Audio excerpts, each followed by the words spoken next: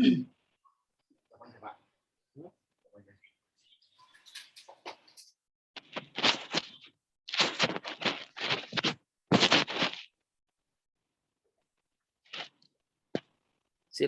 Mas Firman. Tes, suaranya masuk gak Pak? Jelas, bagus banget. Alhamdulillah. Baik, bismillahirrahmanirrahim. Assalamualaikum warahmatullahi wabarakatuh. Alhamdulillahirrahmanirrahim. Assalatu wassalamu ala asrofil anbiya'i wal mursalin. Sayyidina wa maulana Muhammadin wa ala alihi wa sahbihi ajma'in. Amma ba'du. Allahumma sholli ala sayyidina Muhammad wa ala ali sayyidina Muhammad. Rabbi shrah li sadri wa yassir li amri wa hlul 'uqdatam min lisani yafqahu qawli. Raditu wa bil islami dina wa bi Muhammadin nabiyya wa rasula. Rabbi zidni ilman warzuqni fahman. Alhamdulillahirrahmanirrahim. Puji syukur malam hari ini kita dapat bertemu, berkumpul kembali dalam rangka kelas akselerasi, yaitu kelas akselerasi kelas 1, 2, dan 3 dengan tema apa ini Pak? Bentar.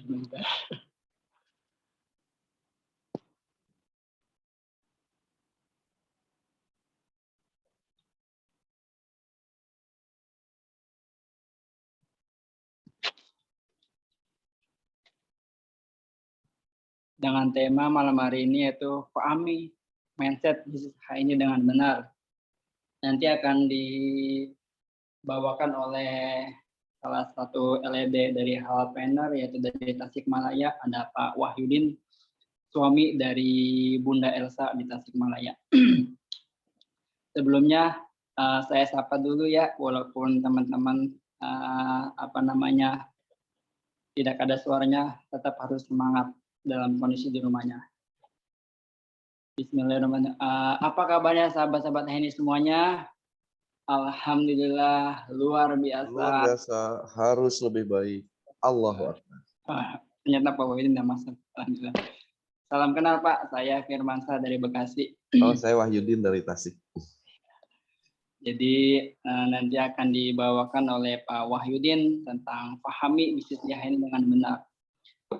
Sedikit cerita, jadi kemarin itu ternyata saya pernah ikut kelas Pak Wahyudin. Waktu itu saya dapat share dari grup teman gitu, di grup WA-nya tentang Pak Wahyudin, tentang di Zoom. Waktu itu dari acara dari partai Pak, di situ saya ngikut Pak. Gitu. Saya ngikut. Gitu ya? Dari partai mana? Partai yang Bapak jalanin. Oh gitu ya, saya partai besar Bu. Kurang lebih ya 3 pekan yang lalu lah. Gitu. Di situ Pak Wahyudin menjelaskan bukan yang ada itu Pak, yang ada bisnis pancingan juga tuh, bisnis pancing. Oh iya. Nah di situ saya nyimak Pak. Oh, alhamdulillah. Jadi kemarin itu Pak Wahyudin luar biasa. Beliau itu tidak menceritakan produk, tapi beliau itu menceritakan ataupun menjelaskan tentang sistem bisnis dia ini. Dan itu luar biasa banget. Beberapa materinya itu ada tentang yang kemarin dipaparkan oleh Pak Haji Agung Janto pada saat minat tentang mesin bisnis di ini, yaitu ada 3 ya Pak. Ada digitalisasi, woman atau perempuan, dan iya. Milenial. Alhamdulillah. Cuma menyampaikan saya. Iya, keren. Teman-teman, alhamdulillah sekarang udah ada 39. Dari mana aja nih teman-teman semuanya? Pak Wedin gimana, udah siap Pak Wedin? Insya Allah sudah kos juga. Bingung kalau ngomong lama-lama, lebih baik langsung serahkan ke pemateri ya Pak. Ya, saya juga suka bingung kalau ngomong lama-lama Pak. Hanya diminta bantu untuk menjadi pembawa acara. Mungkin itu saja ya, tidak perlu panjang lebar. Nanti ada tanya jawab Pak? Oh boleh banget. Oh iya boleh, nanti ada tanya jawab, nanti insya Allah akan saya simpulkan ya Pak untuk tanya jawab. Untuk membersihkan waktu, langsung saja kita serahkan kepada Pak Wahyudin untuk menjelaskan tentang materi pada malam ini, yaitu memahami cara kerja benar bisnis Hindu itu seperti apa. Kepadanya waktu tepat saya persilakan Pak. Terima kasih. Assalamualaikum warahmatullahi wabarakatuh. Waalaikumsalam warahmatullahi wabarakatuh. Baik, luar biasa. Mas Firman Syah, alhamdulillah. Ya, saya juga baru ngeh kalau Mas Firman kemarin hadir di acara saya. Saya diminta untuk itu ya, untuk ngisi di ngisi kaitannya dengan sistem. Iya, betul Pak. Baik teman-teman sekalian, gimana sehat kabarnya semuanya? Alhamdulillah. Alhamdulillah, luar biasa, harus lebih baik. Allahu Akbar. Baik teman-teman, alhamdulillahilladzi alafa baina qulubina fa asbahna bi ni'mati khana. Asyhadu alla ilaha illallah wahdahu la syarikalah wa asyhadu anna Muhammadan abduhu wa rasuluh alladzi la nabiyya ba'dah. Wallahu ta'ala fil Qur'anil Karim, a'udzu billahi minasyaitonir rajim. Wal takum minkum ummatu yad'una ilal khair wa ya'muruna bil ma'ruf wa yanhauna 'anil munkar wa ulaika humul muflihun al-ayah. Wa qala Rasulullah sallallahu alaihi wasallam fi hadits khairun nas anfa'uhum linnas. Baik, alhamdulillah. Ini saya merasa takdim gitu ya sama guru saya ini Pak Faisal Medlar yang senantiasa tanpa lelah mendampingi, memotivasi, bahkan memaksa saya untuk terus bertahan di bisnis ini walaupun memang awalnya saya kurang paham dan tidak tertarik dengan bisnis ini. Tapi ketika bonusnya signifikan, ya terus saja dipertahankan. Alhamdulillah. Terima kasih Pak Mas Firmansyah.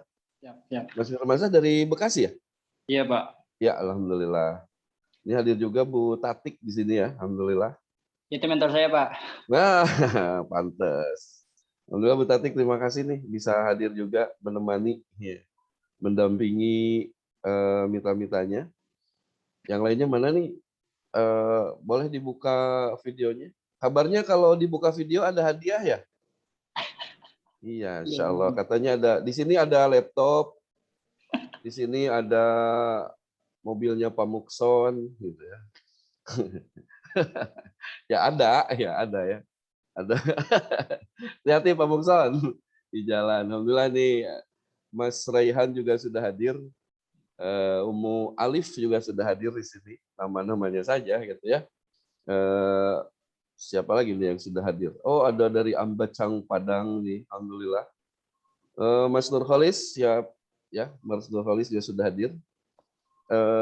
Ada juga biasanya saya suka ketemu yang namanya itu ada nggak di sini? Namanya itu sama dengan ini, mirip-mirip kayak namanya itu mirip-mirip kayak HP misalnya Oppo Reno gitu ya, suka ada, tapi alhamdulillah di sini nggak ada ya. Miripnya itu Pak. Namanya Oppo Reno kok mirip kayak kayak merek HP. Ingat kayak Oppo itu gini Mas, saya orang Tasik kan ya, Tasik orang kampung gitu. Satu saat di Bandung itu beli semacam minuman gitu ya. Macam minuman pas mau dibayar dia bilang kasir itu bilang, Pak mau bayar pakai OVO Pak. Saya tanya mohon maaf HP saya Huawei. Saya baru tahu bahwa ternyata OVO itu duit ini ya, duit elektronik. E-money. Kan, e-money gitu ya. Baik teman-teman sekalian, alhamdulillah puji syukur pada Allah Subhanahu wa taala bahwa malam hari ini kita bisa bertemu. Salat dan salam semua terlimpah pada Nabi Muhammad SAW. Terima kasih buat teman-teman yang sudah hadir. Kita diskusi aja ya. Siap. Kita diskusi saja. Tidak perlu serius-serius. Walaupun temanya berat banget nih Pak Esa. Bang Esa ini ngasih tugas ke saya untuk menyampaikan mindset. Mindset itu kan materi yang berat sih sebetulnya ya. Mindset. Yang gampang itu main. Yang berat itu mindset. Jadi memang ini materi yang berat banget sehingga saya berkewajiban untuk bagaimana memperingan ini gitu ya. Kayak bedanya kenapa sih kalau gaji ya kaum yang para karyawan, kenapa kalau gaji berapapun gaji itu dianggap kecil gitu. Karena yang besar mah gajah ya Mas Firman ya. Gitu. Jadi kita santai saja di malam hari ini. Kita masih punya waktu, kita lah kurang lebih setengah jam aja ya. Saya presentasi, nanti ini sebagai bahan diskusi saja, nanti bisa diskusi ke depan. Mudah-mudahan tambah pintar semuanya ya, insya Allah. Amin. Insyaallah. Oke. Walaupun teman-teman sepintar-pintarnya kita ini tidak akan lebih pintar daripada sarung. Kalau sarung itu dikasih pertanyaan apapun, itu nggak akan pernah menyerah. Karena sarung itu tak pernah ada yang pas gitu ya. Kan kalau dikasih pertanyaan biasa kalau nyerah itu pas gitu ya. Kalau sarung mah nggak ada pernah yang pas. Jadi untuk itu mungkin teman-teman sekalian ini mudah-mudahan kita bisa lebih pintar lagi. Walaupun tadi tidak akan lebih pintar dari sarung. Saya sudah bikin bikin semacam slide, tapi slide-nya juga slide yang kemarin saya share.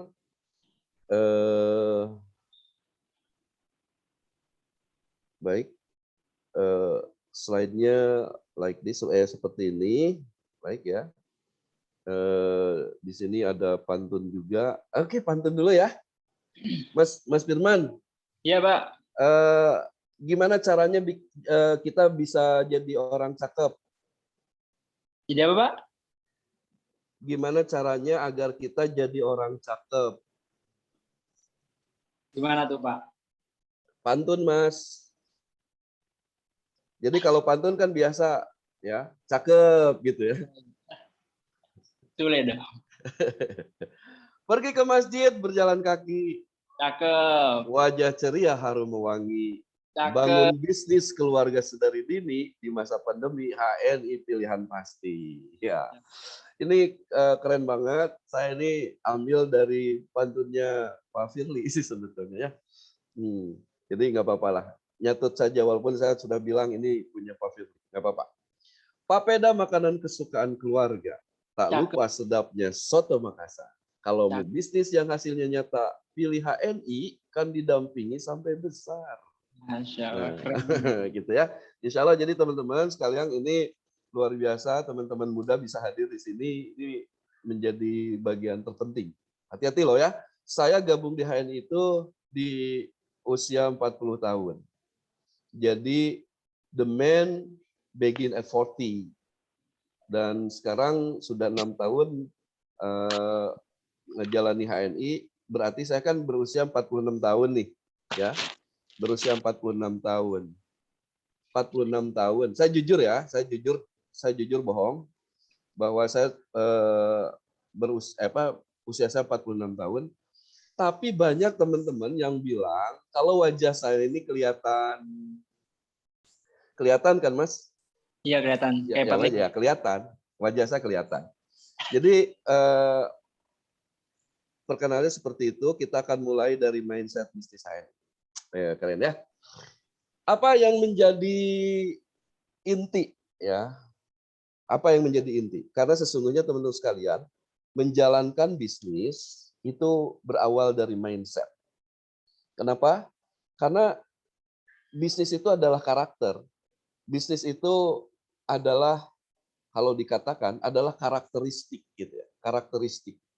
Teman-teman mungkin pernah mempelajari ada 10 karakteristik muslim gitu ya. 10 muwasafat muslim. Satu diantaranya adalah qadirun alal kasbi, memiliki penghasilan. Jadi kalau ngaku muslim harus punya penghasilan. Jadi dengan demikian, ini kaitannya dengan bisnis, karena tadi kaitannya dengan penghasilan, maka bisnis itu adalah karakter. Sehingga dengan demikian, karakter itu untuk mengubahnya itu kan ada 3 cara gitu ya. Ada 3 cara. Jadi teman-teman mohon maaf, kalau ingin mengubah karakter seseorang ya, Terserah apakah itu murid kita, apakah itu saudara kita, apakah itu pasangan kita. Kalau karakternya ingin berubah, maka lakukanlah 3 hal. Ini sesuai dengan teori psikologi pertumbuhan ya, psikologi perkembangan, maaf. Sesuai dengan psikologi perkembangan. Yang pertama adalah transformasi ilmu. Maka kita perlu memberikan ilmunya gitu. Kayak bisnis HNI. Itu yang perlu kita lakukan adalah bagaimana kita mendapatkan ilmunya. Nah, ilmu ini banyak yang bisa kita lakukan. Tapi masalahnya kan ilmu itu harus diberikan secara secara langsung begitu ya, supaya kita bisa bertanya dan lain sebagainya. Sehingga pertama yang harus kita lakukan adalah mencari ilmunya. Yang kedua, tidak cukup dengan hanya sekedar mendapatkan ilmu, tapi bagaimana juga kita secara aplikatif memiliki mentor untuk didampingi gitu. Jadi mentor ini kan untuk meluruskan. Kayak kita nih, kayaknya misalnya pengen ke surga, oke. Teman-teman pasti tahu lah bagaimana caranya ke surga, bagaimana caranya meraih kebahagiaan dunia akhirat. Itu kan pada tahu, semuanya pada tahu. Dan itu kalau secara umum hanya 2 saja kita mendapatkan surga itu atau kebahagiaan dunia akhirat itu. Yang pertama adalah atiullaha wa atiur rasul gitu kan begitu. Yang lain-lainnya hanya sekedar tambahan-tambahan saja. Jadi kalau kita lihat bahwa semua tahu bahwa mentaati Allah dan Rasul itu cara yang termudah untuk mendapatkan surga, tapi sebetulnya ketika kita ingin meraih itu, kita ada belok-beloknya kan, belok kiri, belok kanan, balik kanan, balik kiri, serong kanan gitu ya, maju tegak, maju jalan sambil berhormat dan gitu segala macam, sehingga memang perlu ada orang yang mengingatkan. Nah, begitu juga dengan bisnis, karena tadi bisnis adalah karakter. Ketika kita sudah dapat ilmunya, tetap aja kan harus kita ada yang dampingi. Jangankan mungkin teman-teman yang baru, saya aja yang udah 6 tahun gabung di HNI tetap aja butuh pendampingan gitu. Tetap aja butuh didampingi. Karena apa? Suka lupa gitu ya. Kita lupa bahwa kita itu pengen jadi platinum gitu. Kita itu lupa kalau hanya sekedar jadi safir itu menjadi target kita gitu. Itu kita suka lupa, makanya diingetin lagi. Makanya selain itu yang kedua, selain kita mendapatkan ilmu juga menjalankan atau mendapatkan pendampingan.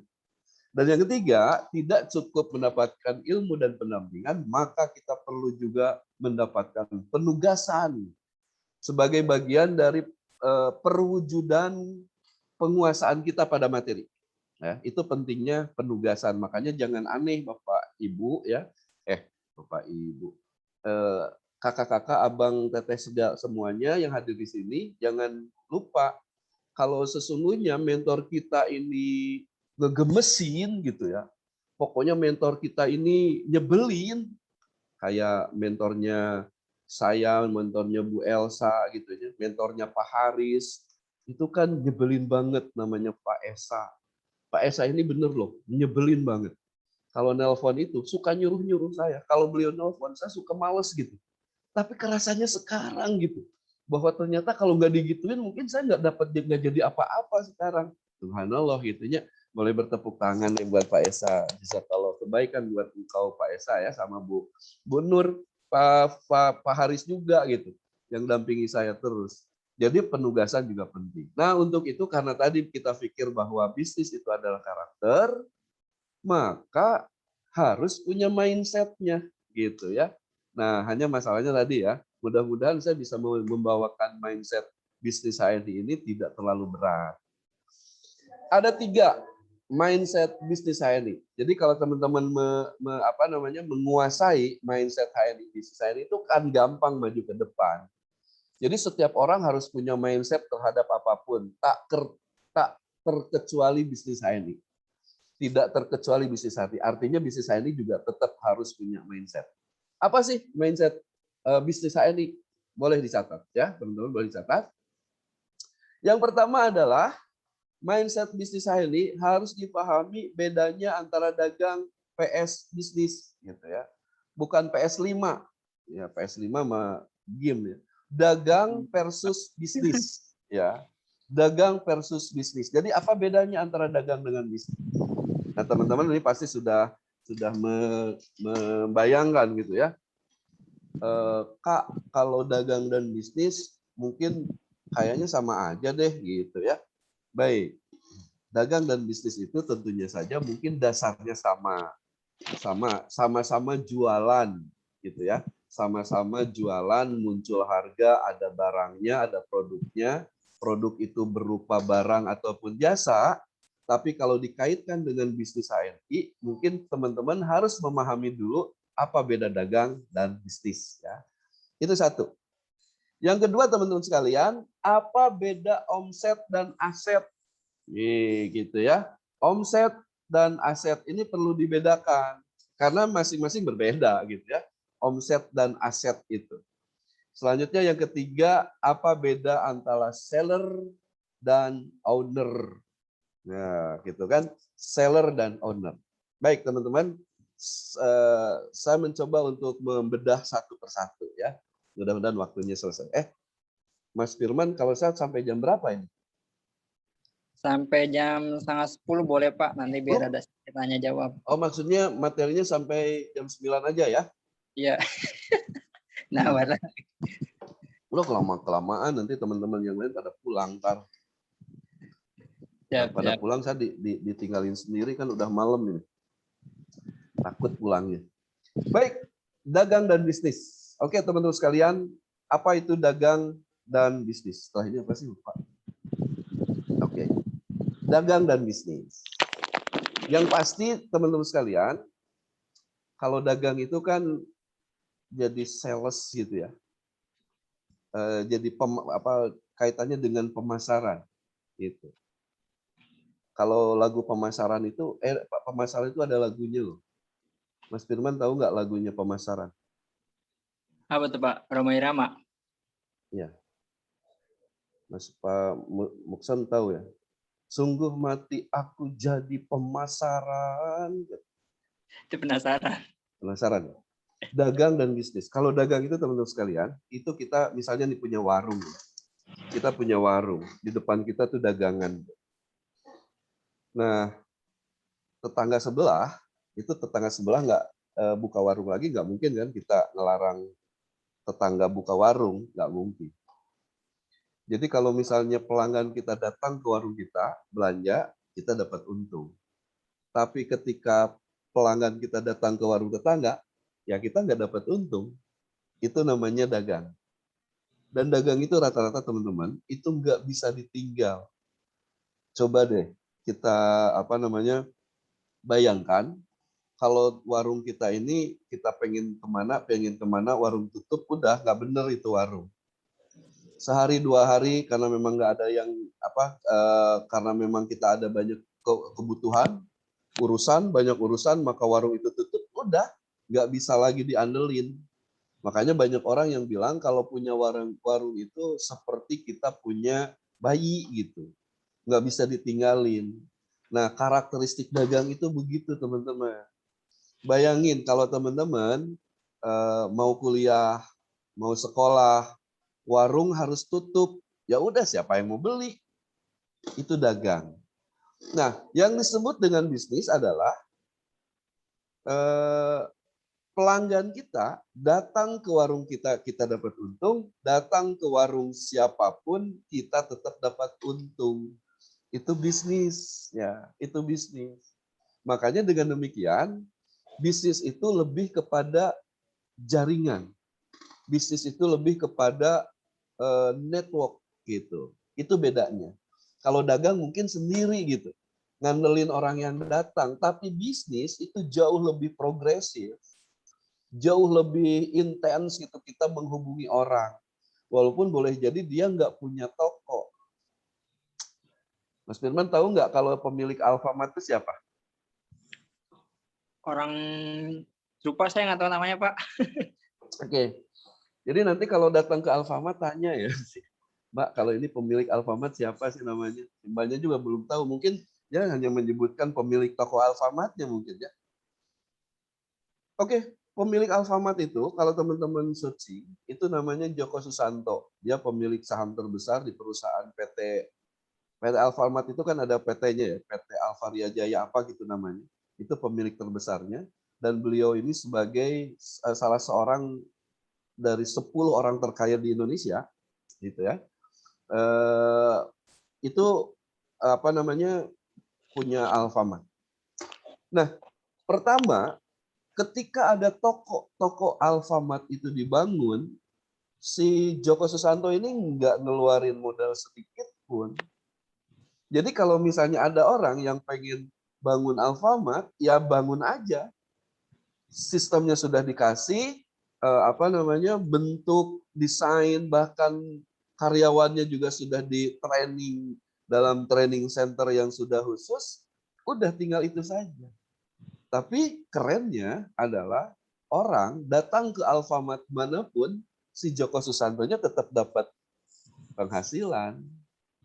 Ada Alfamart yang 24 hour, si Joko Susantonya lagi mendengkur, itu tetap dapat penghasilan, kan keren banget kan gitu. Jadi untuk itu teman-teman sekalian, harus bisa membedakan apa bedanya dagang dengan bisnis. Kalau misalnya teman-teman nih pengen terbersit gitu, ada sebuah apa namanya ilham gitu ya, ketika teman-teman merenung di sebuah gubuk tua gitu ya, dan gubuk tua itu ada di dalam hutan yang jauh kemana-mana, tidak kedengaran suara bom-bom acan gitu. Itu teman-teman berpikir bagaimana, wah saya pengen dagang nih. Udah harus difikirkan kaitannya dengan tadi. Kalau dagang, teman-teman nggak bisa kemana-mana. Tapi kalau bisnis jalan, teman-teman masih tetap bisa jalan-jalan. Itu yang kita pilih gitu ya. Mindset ini yang kita pilih. Dagang dan bisnis. Oke, itu satu ya. Yang kedua, mindset bisnis di HNI itu adalah bagaimana teman-teman bisa membedakan antara omset dan aset. Aset gitu ya. Itu perlu dibedakan. Apa bedanya? Oke. Omset ya, omset itu kan nilai uang, sejumlah uang, result gitu ya. Result jumlah uang yang didapat. Kalau misalnya kita hitung omsetnya itu per hari atau per bulan atau per tahun, itu bisa dihitung jumlah keseluruhan dari uang yang masuk dari dari jual beli kita. Itu namanya omset. Dan yang paling menjadi catatan buat kita adalah omset itu boleh jadi harus dicari lagi kepada objek-objek yang baru. Nah ini untuk membedakannya tuh begini. Kang Wahyudin itu sudah pernah jalanin bisnis umroh dan haji ya.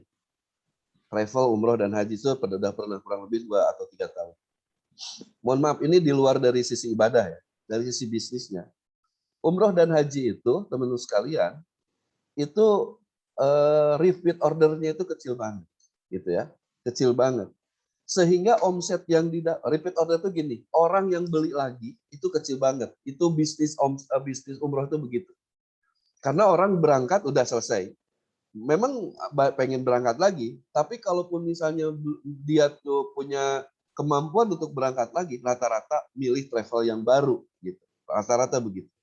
Nah, sehingga dari repeat order yang muncul, ini muncul omset. Nah, omset ini omset orang-orang baru. Dari bulan ke bulan ini orangnya baru lagi. Jadi kita harus menghubungi orang baru lagi. Itu namanya omset. Tapi beda dengan aset.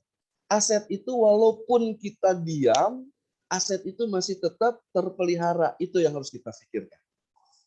Bagaimana caranya membedakan secara gampang omset dan aset?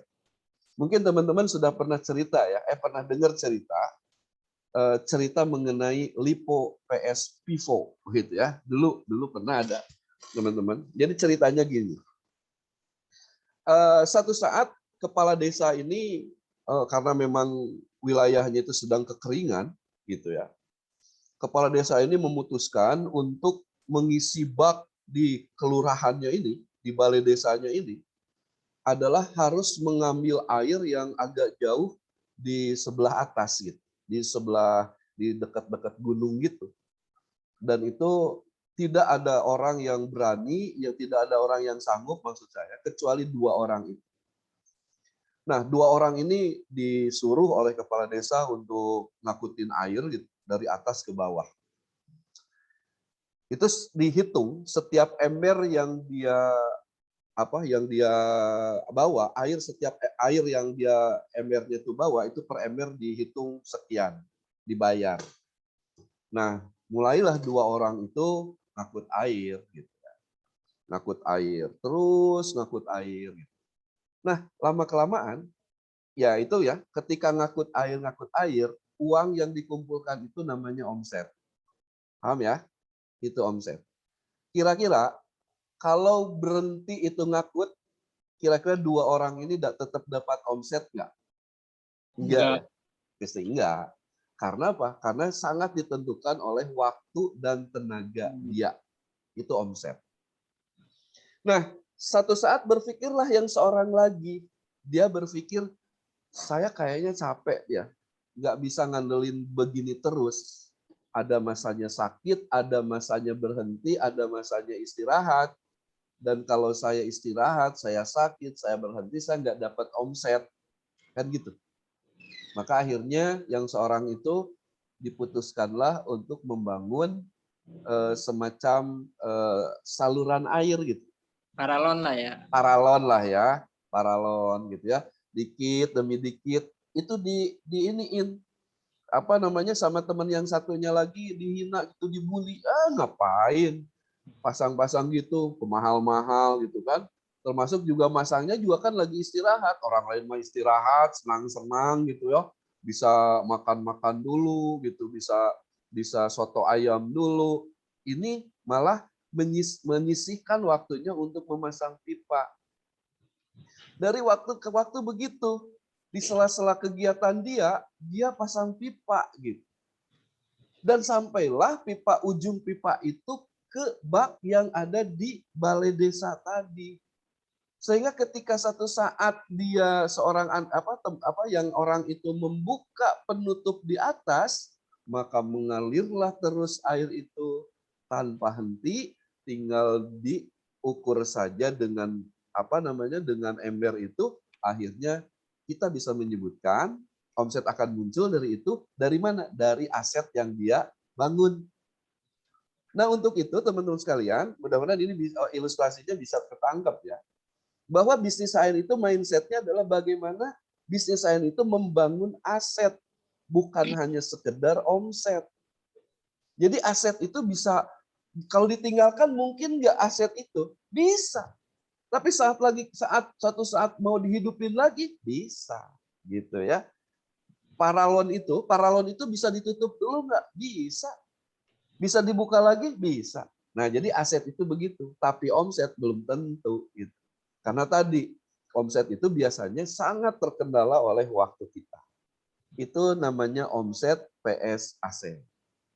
Baik, yang ketiga, mindset dari bisnis HNI adalah bagaimana kita bisa membedakan antara seller dan owner. Oke. Teman-teman, saya pernah ngobrol sama driver Go Ride ya. Driver Go Ride di Tasik. Saya tanya, Mas, sebelum online kerjaan apa gitu. Dia bilang, saya motoris, Pak gitu. Dia bilang gitu ya, saya motoris banget. Maaf, Bang, jangan saya panggil Bang. Kenapa, Pak? Karena saya masih koperasi, belum jadi Bang. Itu ketemu dengan orang itu dan dia bilang bahwa saya kerja motoris di sebuah distributor yang prinsipalnya sangat terkenal, penghasil produsen produk keseharian. Wah, keren banget. Emang dulu berapa sih target market dulu? Saya harus ngejual minimal 18 juta sehari. Saya terkejut pada waktu itu. 18 juta sehari. Mitra saya mah yang baru-baru 18 juta 3 bulan gitu ya. Ini harus 18 juta sehari. Iya benar. Emang kecapai, Mas, itu tiap hari 18 juta? Alhamdulillah, Pak, katanya. saya tiap hari rata-rata 20 jutaan omset. Wih, keren banget gitu. Nah, terus kenapa sekarang berhenti? Dia bilang saya capek katanya. Saya capek, saya berhenti aja. Ya lebih baik saya lebih santai katanya jadi driver GoRide. Oh gitu ya. Nah terus kalau yang 20 juta itu kemana? Ya udah diambil sama yang punya katanya, sama kantor. Nah berarti dia dalam hal itu masih bertindak sebagai seller. Dia masih bertindak sebagai penjual gitu ya. Dan ketika omsetnya itu didapat, itu belum menjadi kekayaan dia. Nah oleh karena itu maka memilih bisnis HNI teman-teman sekalian bukan hanya sekedar seller tapi juga sebagai owner. Keren kan? Sebagai pemilik. Baik teman-teman sekalian, saya tanya, kira-kira seriusan mana orang yang kerja di orang dengan pemilik perusahaannya? Pasti tentunya saja akan lebih serius dia menjadi pemiliknya. Harusnya begitu, gitu ya. Bahwa dia sudah menurunkan meninvestasikan dananya, bahwa dia sudah mengatur kantor dan sebagainya. Kalau dia nggak serius, itu semua akan hilang. Kan begitu kalau berpikirnya bukan owner sebagai pemilik. Nah, sehingga dengan demikian teman-teman sekalian, mindset bisnis HNI adalah tadi bahwa kita adalah bisnis, bahwa kita sedang membangun aset, dan bahwa kita sedang menjadi owner dari bisnis ini. Ya, dengan demikian kalau kita bisnis owner nih, nggak mungkin dong bisnisnya diatur oleh orang lain. Ya, tidak mungkin. Nah, untuk itu teman-teman sekalian, bahwa ini harus jadi mindset. Sehingga Robert T. Kiyosaki, ini juga materi-materi jadul ya, sebetulnya materi-materi jadul. Robert T. Kiyosaki itu menyebutkan bahwa agen HNI adalah independent business owner karena tadi Robert T. Kiyosaki menyebutkan ada cash flow quadrant. Saya pikir ini sudah paham semua ya, bahwa kalau tadi E dengan S ini sebagai kuadran sebelah kiri, maka B dengan I ini adalah sebagai kuadran sebelah kanan. Oke, pemahamannya seperti apa? Pemahamannya berdasarkan apa yang disampaikan oleh Robert T. Kiyosaki menyebutkan kalau orang itu memiliki tahapan-tahapan tertentu gitu ya dalam mencari penghasilan. Apa? Yang pertama adalah dia memilih, terserah apakah dia akan berubah atau betah di sisi itu, dia akan menjadi employee gitu ya. Employee dalam artian ya dia jadi karyawan, digaji sama orang gitu ya, nggak ada urusannya dengan kaitannya dengan tanggung jawab secara keseluruhan dan lain sebagainya. Kelemahannya dari employee adalah tadi ya, bahwa waktunya sangat terbatas, penghasilannya juga sangat terbatas employee ini. Nggak bisa ngatur-ngatur penghasilan, employee ini nggak bisa. Apa salah satu contohnya? Ya misalnya mohon maaf PNS misalnya ya, karyawan pabrik, itu employee itu begitu. Nah, kabar buruknya teman-teman sekalian, kabar buruk nih, saya sempat beberapa kali jadi guru tamu di beberapa SMK. Ya. Bulan ini saya jadi guru tamu di SMK YI ya, di Yayasan Islam di Kota Tasikmalaya. Itu yayasan itu punyanya Wali Kota Tasikmalaya. Saya jadi guru tamu di sana. Ketika saya tanya rata-rata teman-teman SMK itu mereka memilih menjadi kerja gitu, memilih menjadi pekerja, menjadi karyawan. Apa yang kebayang teman-teman kerja? Mereka ngebayangin betapa menjadi mimpi indah mereka ketika mereka diterima sebagai karyawan Indomaret, Alfamart. Saya pikir apa enaknya gitu. Tiap hari bisa lihat coklat Pak, katanya. Tiap hari bisa lihat es krim, segitu-gitunya gitu, ya. Tapi yang mudah-mudahan tidak mengecilkan. Sekali lagi saya tidak mengecilkan di sisi itu, tapi mindset inilah yang harus dirubah. Bahwa keinginan kita untuk bekerja, untuk menjadi karyawan, itu mulai dari sekarang harus mulai difikirkan lagi gitu ya. Karena tadi mindset bisnis kita adalah sebagai owner, sebagai pemilik.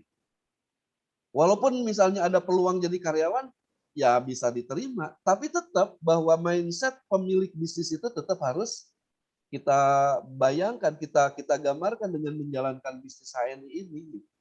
Walaupun kita jadi karyawan. Atau misalnya sekarang teman-teman sudah punya pekerjaan.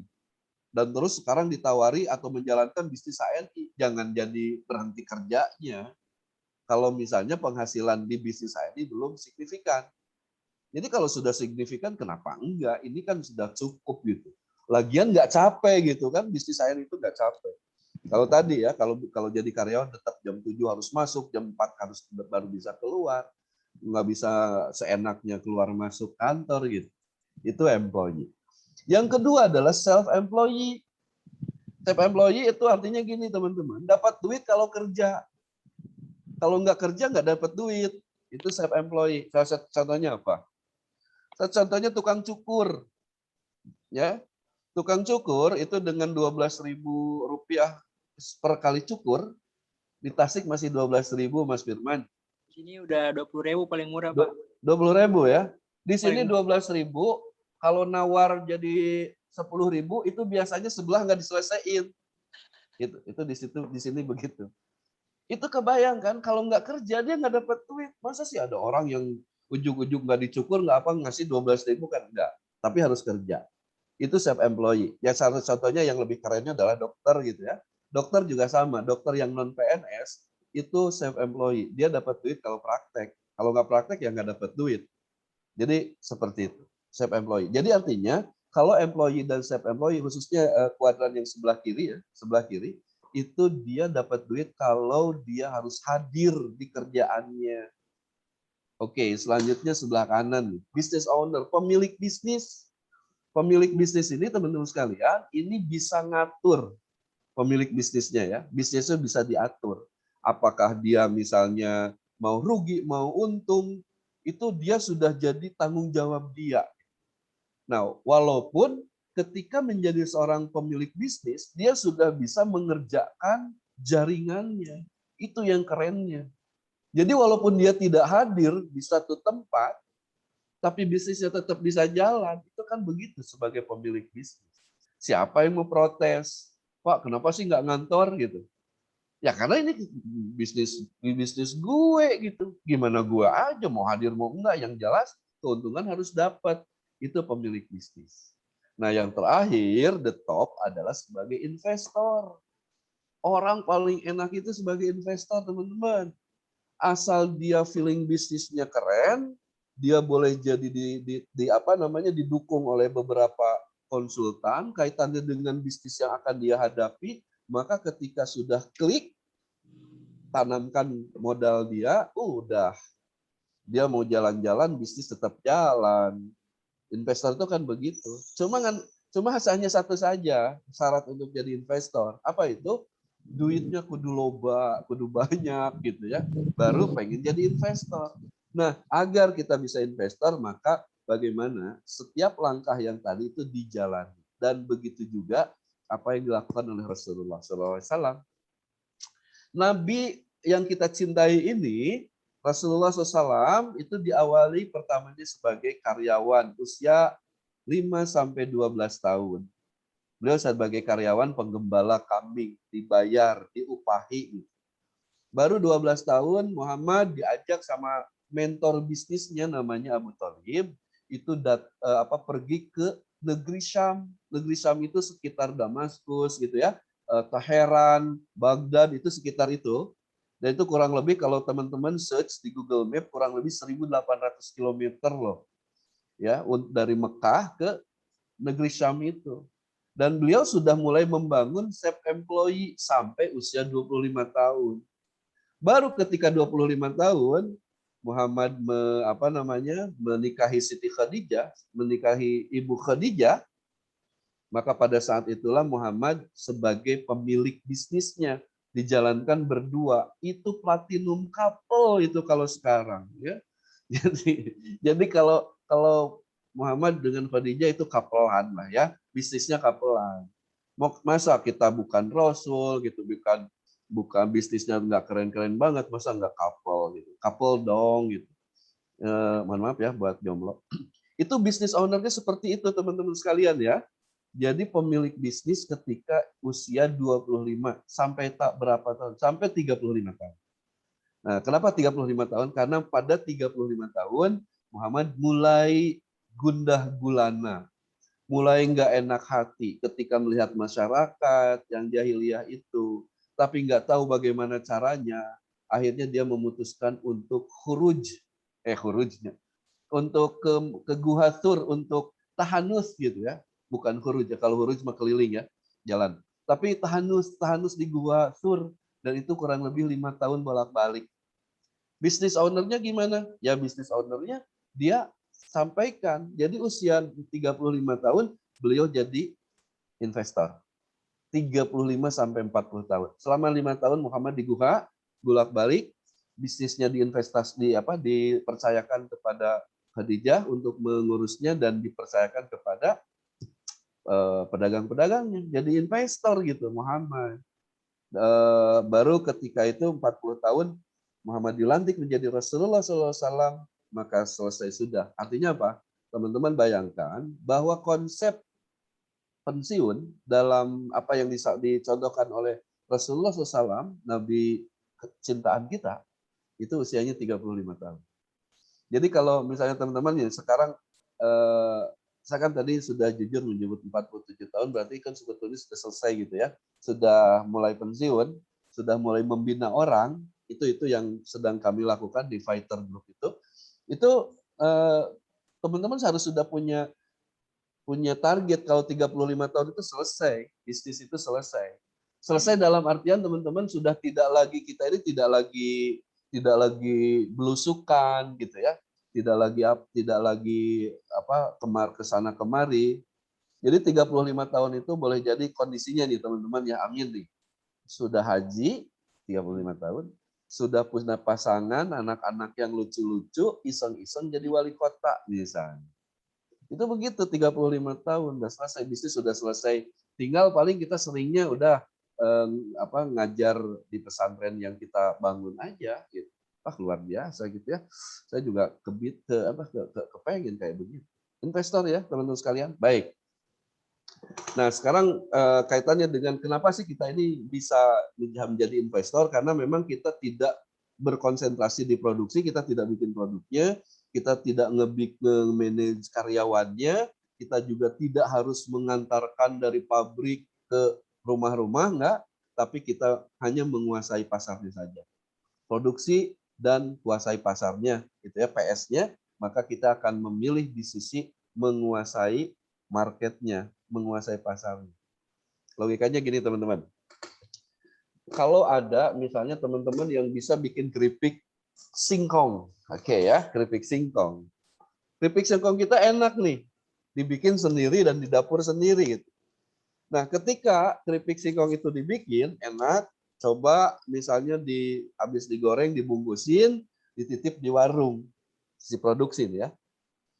Nah, ketika satu saat ada orang datang, gitu ya, orang datang, Mas, ini keripiknya punya Mas ya, punya sampean ya. Sampean itu kan kalau dalam bahasa Sunda kaki. Oh, bukan punya kaki, itu punya saya. Oke, punya Mas gitu ya. Keripiknya punya Mas. Ini enak banget. Bisa nggak kalau saya pesan 3 ton sehari?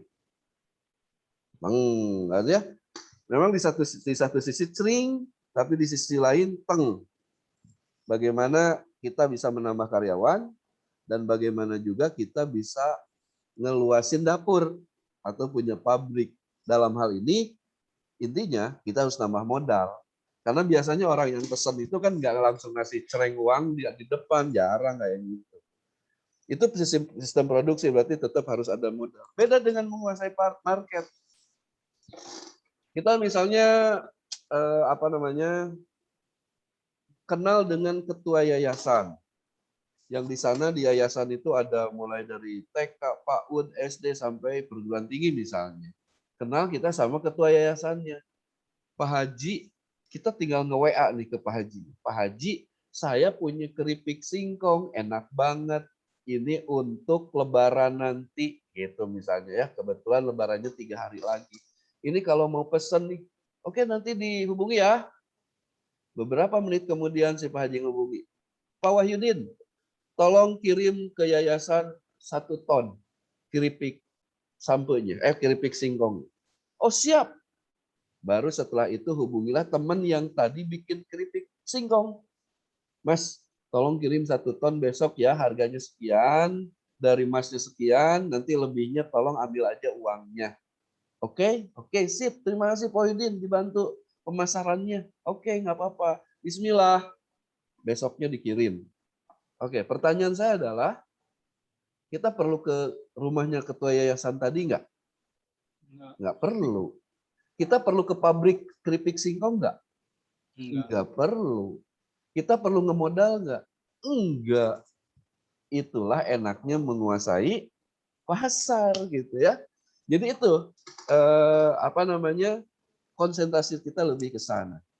Dan itu juga banyak para praktisi bisnis bilang kalau startup itu tolong jangan mulai masuk di produksi, mulailah masuk dikuasai dulu market startup. Karena teman-teman, saya pernah sejak saya nikah sama ibu yang namanya Ibu Elsa, Ibu Elsa itu pernah nerusin usaha orang tua, bikin kacang telur. Itu rumitnya luar biasa kalau diproduksi itu, teman-teman. Dulu memang saya belum dapat ilmu seperti yang disampaikan oleh HNI. Saya belum kenal dengan konsep dasar bisnis gitu. Saya konsentrasi di produksi dan betul rumitnya luar biasa, mulai dari bahan baku, mulai dari produksi, mulai dari ngerekrut karyawan. Itu rumitnya luar biasa. Ditambah lagi pasarnya kita juga yang nyari. Udah deh ya.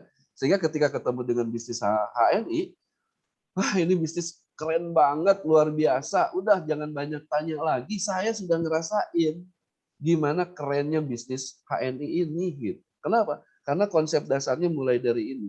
Mindsetnya adalah kita penguasa pasar. Itu seperti itu ya teman-teman sekalian. Robert Kiyosaki menyebutkan bahwa orang-orang terkaya dunia mencari dan membangun jaringan, sedangkan orang rata-rata mencari pekerjaan. Itu mindset ya teman-teman sekalian. Jadi jangan mencari kerjaan, tapi cari teman dan memperbanyak jaringan.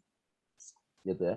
Makanya boleh jadi teman-teman sekalian, mohon maaf nih, saya juga izin nih ke Pak Esa, saya tanggal 29 November besok, kebetulan jadi hari ulang tahun saya, itu saya dilantik jadi ketua komite tetap Diklat di Kadin Kota Tasikmalaya.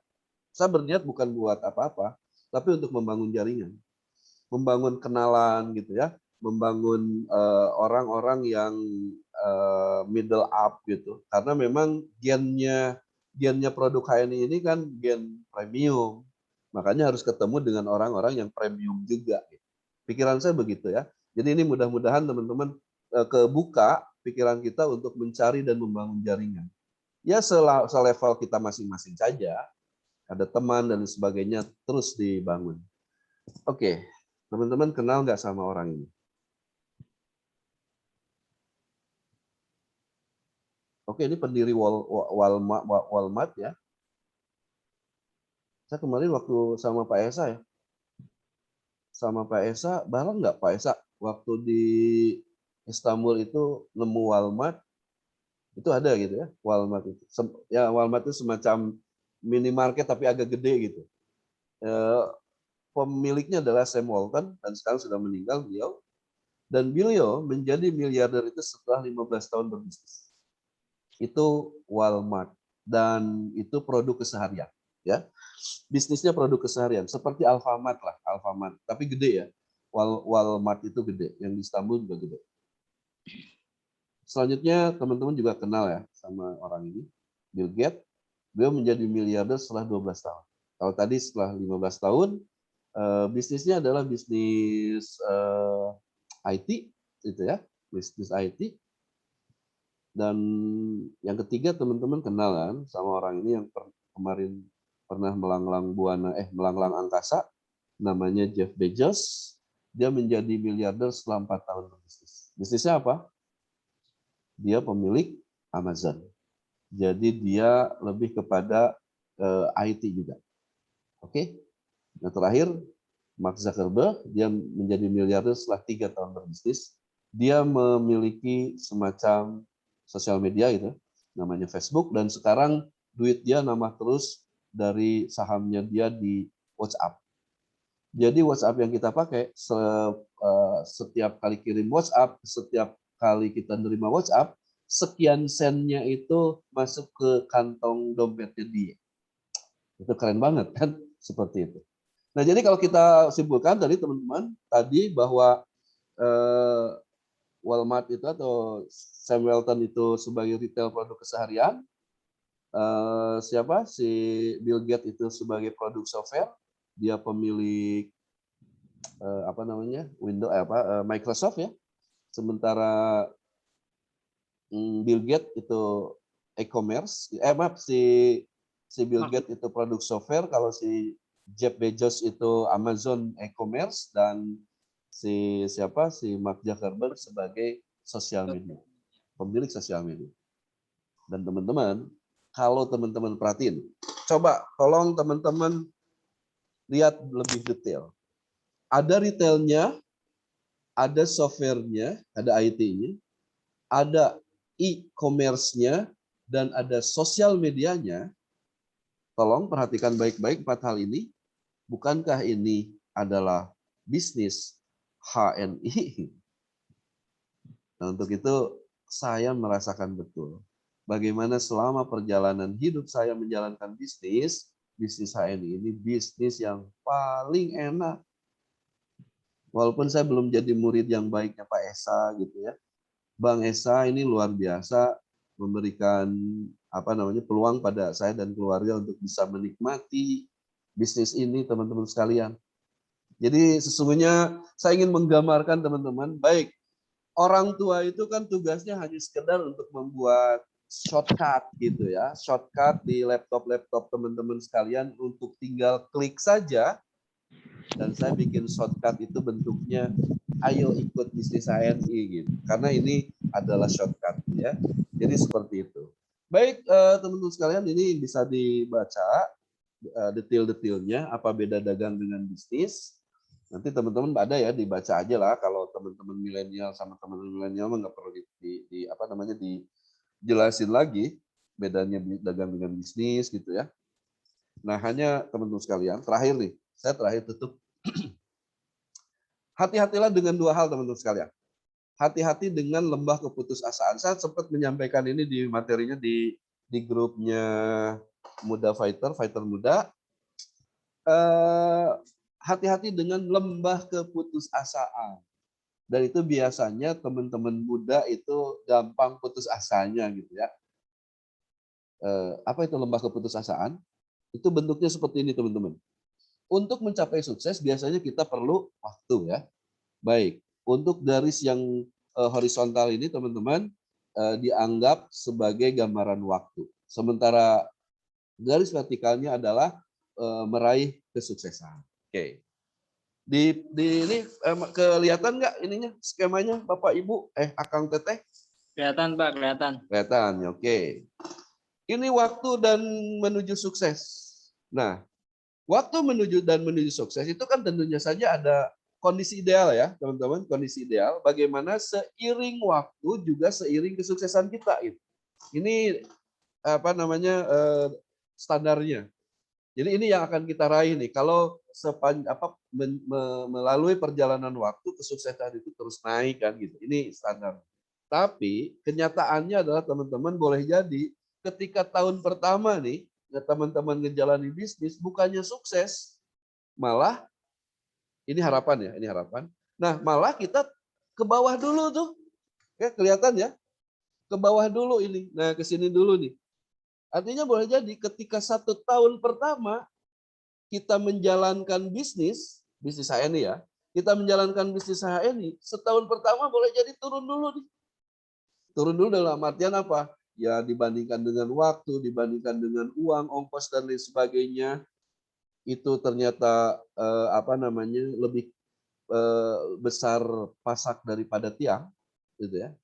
Atau ada juga yang menyebutkan besar pajak daripada tilang. Ini kondisinya seperti itu teman-teman sekalian. Ya, ini sebagai kenyataannya begitu. Nah, tapi misalnya ketika tahun kedua, ya tahun pertama nih ada di bawah bisnis kita ini, tahun kedua terus naik, tahun ketiga naik, gitu ya. Maaf.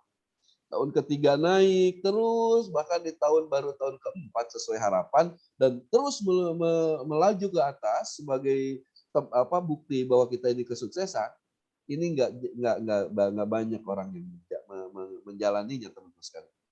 Karena rata-rata kebanyakan orang itu berada dalam lembah keputusasaan. Mereka senantiasa mundur, mereka senantiasa stuck ketika berada di wilayah ini.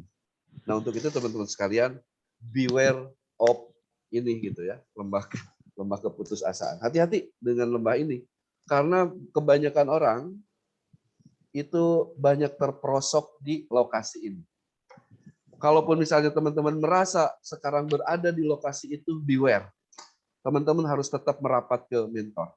Teman-teman harus selalu terus menggali ilmunya, mencari pengalamannya.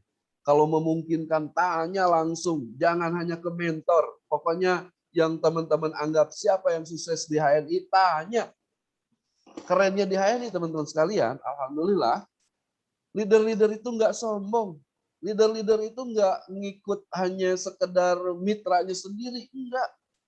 Dia pasti akan sangat senang berbagi dengan semua orang. Nah, untuk itu hati-hati. Lembah keputusasaan ini senantiasa akan kita dapatkan. Nah, yang bisa kita lakukan adalah bertahan. Karena bisnis itu, teman-teman, untuk meraih sukses itu ibarat kita lari maraton, gitu ya. Bukan hanya sekedar power, tapi juga bukan hanya sekedar speed, bukan hanya sekedar power, tapi justru yang paling menentukan adalah endurance, ketahanan. Karena tadi kita masih berada dalam posisi atau garis finish itu masih jauh. Jadi itu yang harus dilakukan, teman-teman sekalian. Baik, oleh karena itu balik lagi teman-teman sekalian, kalau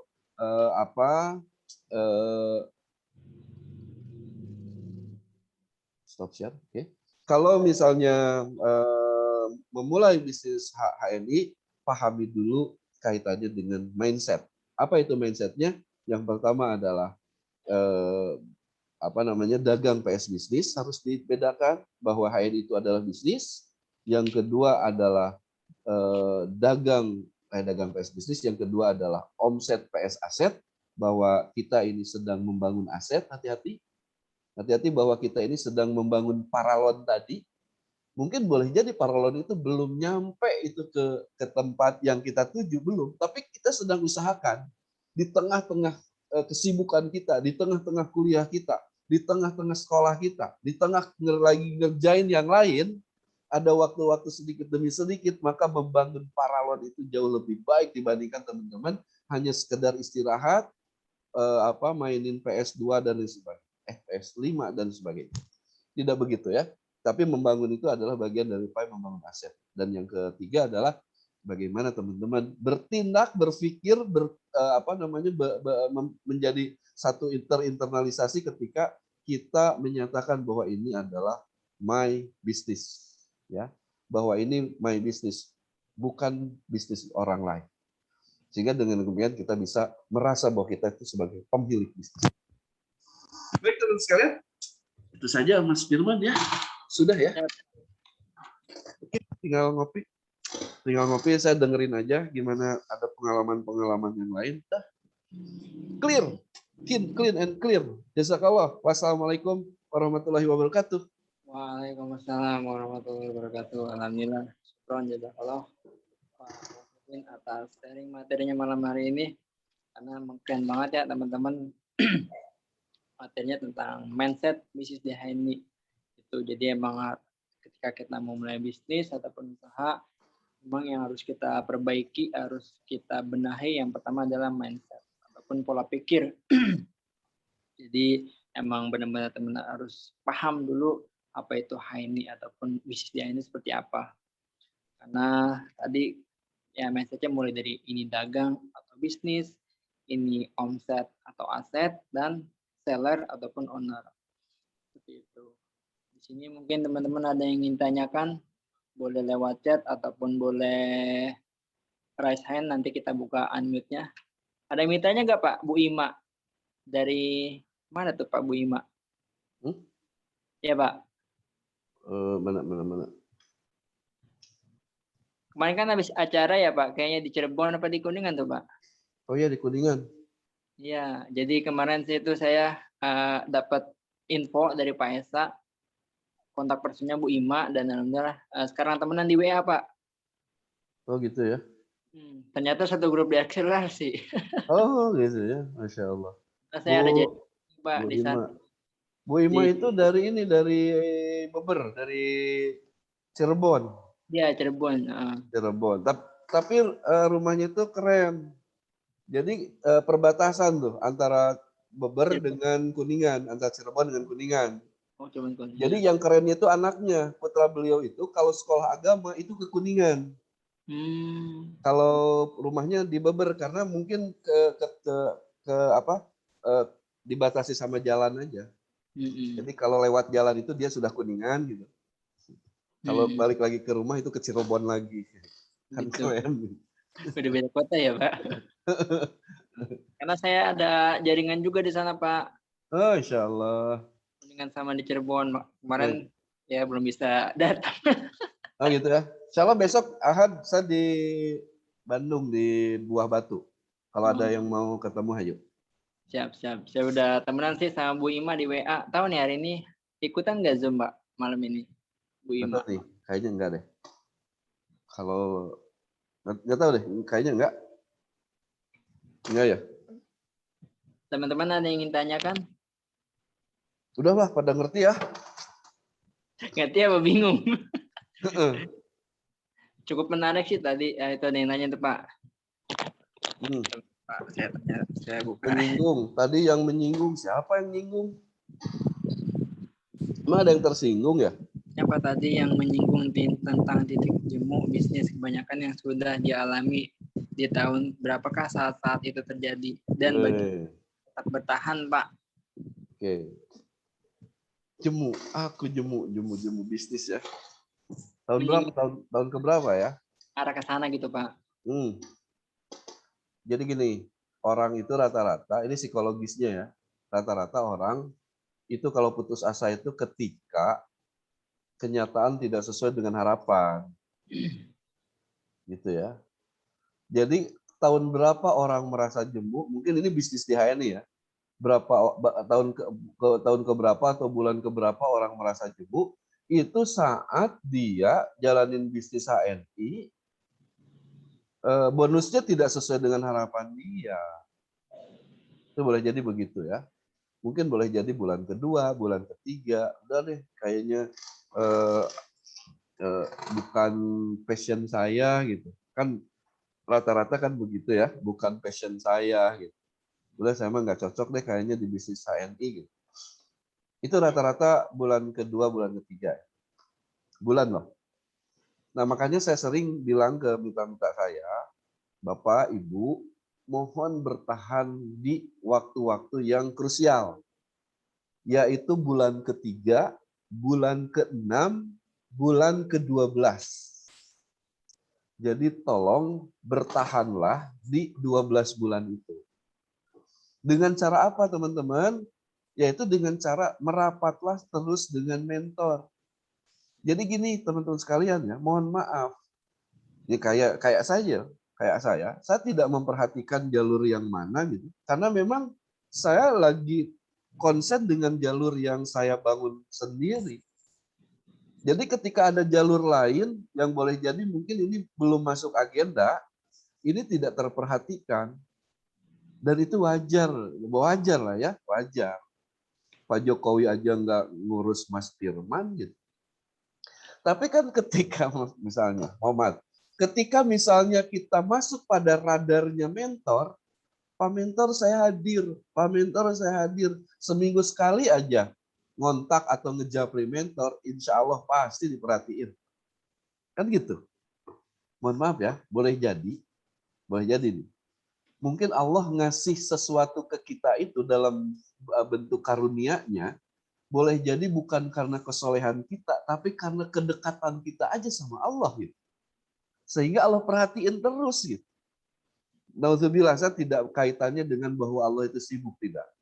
Tapi ketika kita mendekatkan diri kepada Allah, maka boleh jadi Allah itu merhatiin kita. Kan gitu. Nah, termasuk juga teman-teman, ke mentor juga harus begitu. Udah merasa nih ya, aduh ini udah demam nih, nggak bisa nih nerusin bisnis ANI. Udah main deh ke rumah mentor atau kontak mentor. Dan kerennya di HNI kan, teman-teman sekalian, kerennya di HNI, di AVO itu, kalaupun mentor kita ini malas gitu, mentor yang kita dihubungi justru, loh sama udah nggak aktif katanya, kan bisa aja gitu kan. Itu di HNI, di AVO itu kan ada 3 LED terdekat. Dan itu ada nomor HP-nya, nomor WA-nya, kontak langsung gitu. Itu bisa dilakukan begitu. Jadi gitu ya, jangan menunggu setahun. Jemu itu 3 bulan juga bisa loh. Hati-hati. Makanya hati-hati teman-teman sekalian, lembah keputusasaan ini. Harus hati-hati di sana. Dan jangan merasa benar juga nih, saya kayak akhirnya menyerah. Jangan. Tapi terus asah dan terus buktikan gitu bahwa kita bisa bertahan. Endurance kita terus naikkan. Daya tahan kita itu terus naikkan, endurance-nya gitu. Oke, begitu ya. Jadi kuncinya itu ya Pak, harus bertahan di waktu-waktu krusial, terutama di bulan ketiga, bulan ke-6 ataupun bulan ke-12 ya Pak. Nah, ini ada pertanyaan lagi Pak dari siapa nih? Bu Parti nih. Pak, bagaimana memberi edukasi ke mitra yang maunya jualan aja, padahal omsetnya lumayan? Jualan aja ya. Jadi belum clear ya Pak antara mindsetnya ya Pak. Mindsetnya memang yang harus diluruskan. Dan kalau saya suka berpikir gini ya Mas Firman ya. Kalau apa yang dilakukan oleh mitra itu, apa yang dirasakan oleh mitra itu sesungguhnya memang karena ulah kita, karena ulah mentornya. Pertama mungkin jangan dulu menyalahkan mentor, jangan dulu menyalahkan mitra. Tapi boleh jadi kita harus evaluasi dulu, kita pernah nggak ngasih edukasi gitu ke mitra-mitra kita bahwa sesungguhnya bisnis saya itu nggak perlu jualan, gitu ya. Bisnis saya itu nggak perlu jualan, tapi lebih kepada bagaimana kita ngerekrut orang. Jadi kalau bagaimana cara mengedukasinya, ya tentunya saja bisa diperkuat mindset-nya gitu ya. Mindset-nya bisa diperkuat. Nah, mindset itu tadi, berikan ke mereka itu ilustrasi-ilustrasi yang sederhana. Kenapa sih kalau jualan itu tidak dianjurkan, bukan tidak dianjurkan, lebih kepada ngebangun aset itu tadi, bahwa jualan itu hanya sekedar memperhatikan omset, sementara HNI ini sudah memperhatikan aset. Gambarannya yang tadi aja deh, paralon aja lah ya. Kunci keywordnya adalah paralon. Apa itu paralon? Gitu ya.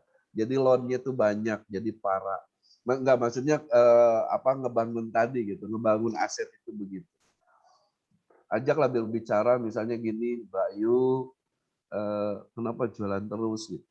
Kalau jualan terus kan berarti Mbak Yu kalau sakit nggak bisa jualan, udah gitu.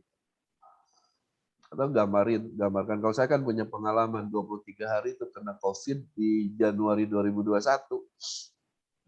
Itu 23 hari nggak bisa kemana-mana. Bayangkan, saya tahanus bin nikmat, betul-betul tahanus bin nikmat. Terus sekali lagi berterima kasih nih ke Bang Esa, sudah menunjukkan bisnis terbaik ini ke saya. Karena selama 23 hari saya tidak kehilangan bonus saya gitu. Bahkan kemarin itu kita semakin rajin ngadain acara itu bahkan. Ya saya juga jadi malu gitu.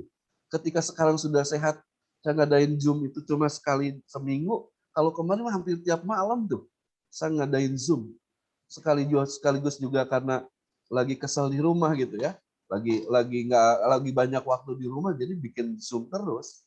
Zoom-nya juga keren. Saya sebagai eh, korban korban COVID.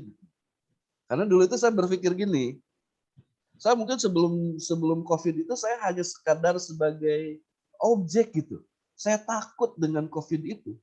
Tapi ketika saya COVID, saya kebayang, baru kebayang bahwa sesungguhnya kita ini harus jadi virus. So kan kalau kita mau sampai ada PPKM segala macam karena kita takut sama virus. Coba virusnya. Virusnya kemana-mana tuh bisa. Makanya teman-teman sekalian, mitra dan agen HN itu harus jadi virus. Nggak bisa ditahan sama PPKM. Dan itu bisnis HN banget gitu ya. Bisa kemana-mana. Jadi tetap hubungi mereka, tetap dampingi mereka, karena boleh jadi mereka sudah paham ilmunya, tapi belum bisa prakteknya. Maka teruslah dampingi ya teman-teman sekalian. Jangan putus asa, terus dampingi. Bagaimana cara mendampinginya? Ini ada pertanyaan lagi ya? Tentang istiqomah. Bagaimana cara membina? Biar istiqomah. Nah, caranya seperti apa yang dilakukan oleh Pak Esa, Pak Haris ke saya. Jadi terus dampingi tanpa bosan. Saya aja, Bu, kalau ngebina mitra itu suka bosenan gitu. Nge-WA juga, nelpon juga males gitu. Ya udah kayak begitu gitu. Nah, tapi kan kalau Pak Esa, Pak Haris itu teleponnya nggak berhenti-berhenti. Ini mah mumpung nggak ada orangnya ya. Mumpung nggak ada orangnya. Nelpon itu lama gitu. Mohon maaf. Ada? Oh ada ya. Oh maaf nih. Nggak kelihatan. Kirain nggak hadir. Ya itu begitu ya. Pak Esa itu baik banget orangnya. Wah baik banget pokoknya. Jadi robah ya. Jadi gitu ya. Kayak Pak Esa ngedampingi saya, kayak Pak Haris ngedampingi saya. Terus aja. Nggak tahu deh. Kayaknya dulu Pak Esa cuma saya aja deh mitranya. Yang diperhati itu saya aja. Tapi benar apa yang disampaikan oleh para sahabat itu selalu pede kalau dia itu diperhatiin terus sama Rasulullah gitu. Padahal mungkin Rasulullah bisa ngatur waktu gitu untuk menghubungi mitranya, untuk menghubungi sahabat-sahabat. Itu boleh jadi begitu. Oke, terima kasih Pak Esa. Jadi gitu ya, ngedampingi itu harus sepenuh hati, gitu ya, sepenuh jiwa. Dan kalau kita ya sebagai di sisi mitranya, ya kita tetap membayangkan bahwa ini perusahaan saya. Kalau menganggap ini perusahaan orang lain, udah ditinggalin. Nah makanya mungkin dalam hal itu Pak Esa sama Pak Haris sudah merasa bahwa ini bisnisnya gitu. Makanya tidak ada orang lagi yang bisa membantu atau mengembangkan bisnisnya kecuali diri kita sendiri. Udahlah ya, mau nggak mie nih? Mie-nya belum terbit ya Pak Esa ya? Belum. Terkait itu nih Pak Wahyudin tadi menarik juga yang tentang paralon itu. Saya kebetulan pernah dapat materinya ataupun pernah nonton videonya langsung dari Pak Esa waktu itu ikut acara BC Bekasi 3. Nah mungkin nanti bisa dikirimin Pak videonya Pak, karena saya nggak tahu linknya. Ya Pak. Pak Esa tahu. Kirimin videonya. Yang tentang air, mungkin kan di sini teman-teman nggak dapat gambaran, hanya sekadar omongan saja dari Pak Wahyudin, dan nanti mungkin ketika lihat videonya, oh seperti ini, kayak gitu ya Pak. Oke. Insya Allah di Telegram nanti di-share. Siap. Atau kalau di YouTube dilihat aja judulnya Livo PS Pipo. Ya itu saya lupa itu judul apa dulu. Cuma dapat gambaran Pak Wahyudin, saya ingat Pak Esa dulu pernah menyampaikan. Ilmu saya juga dari beliau. Ada lagi teman-teman yang ingin tanyakan?